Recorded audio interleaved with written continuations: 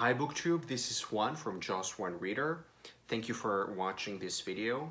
This is gonna be a Friday Reads video, so I will tell you about the books that I finished this week, as well as what I want to read this weekend, and it's probably gonna take me all of next week because it is a big book.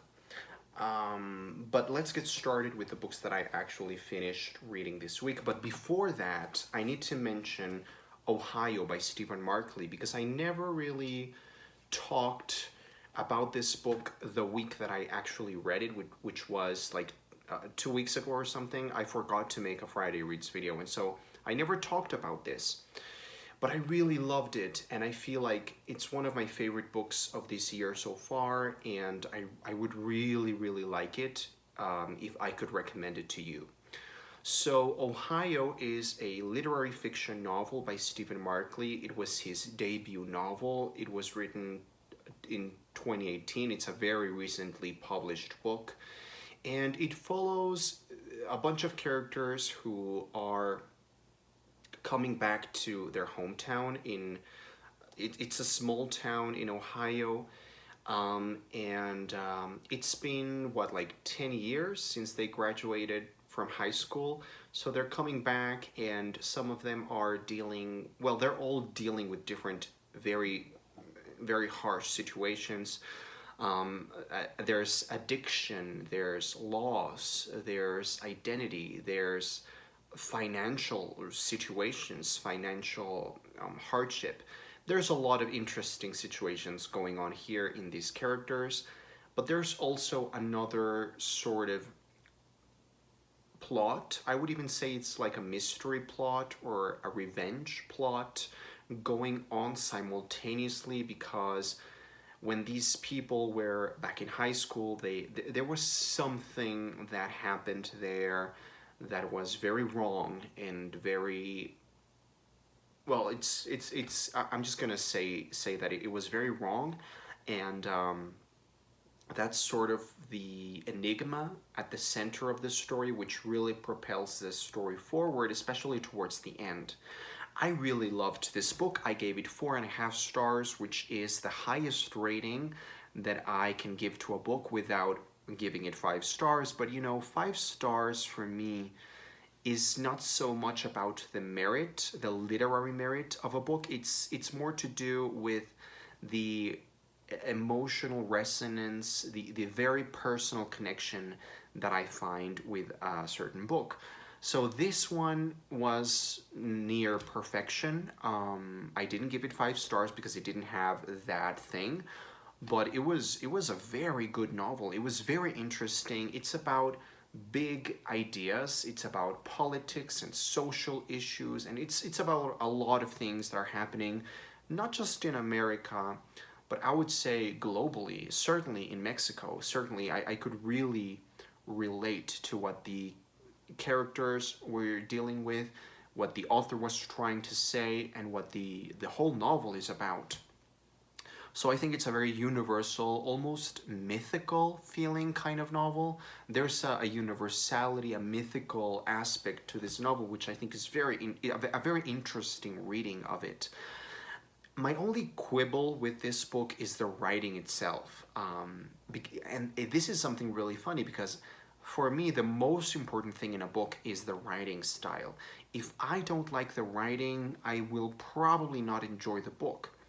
And so it baffles me that I didn't like the writing here, but I gave it my highest rating.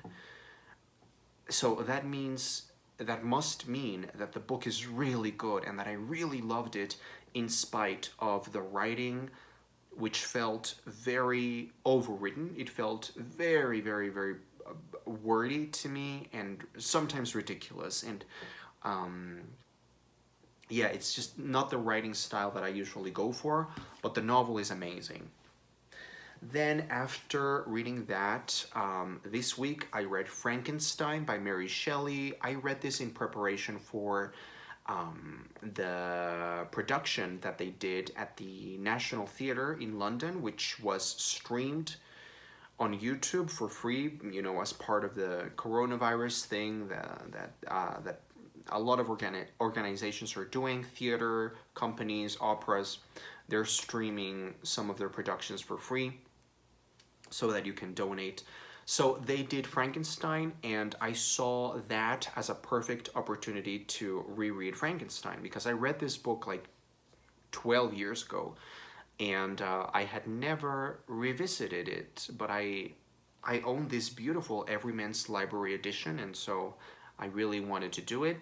I read it, and I feel very ambivalently towards it, because on the one hand, I feel like this is a great novel.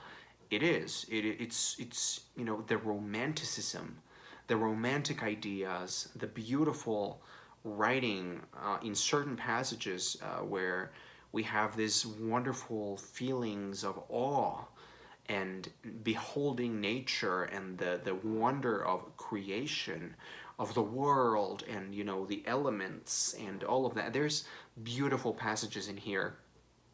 And also, you know, in terms of the themes, it's a book that is packed with interesting ideas of appropriation, creation, knowledge,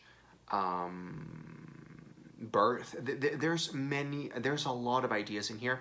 I actually really enjoyed rewatching the analysis from Stripped Cover Lit.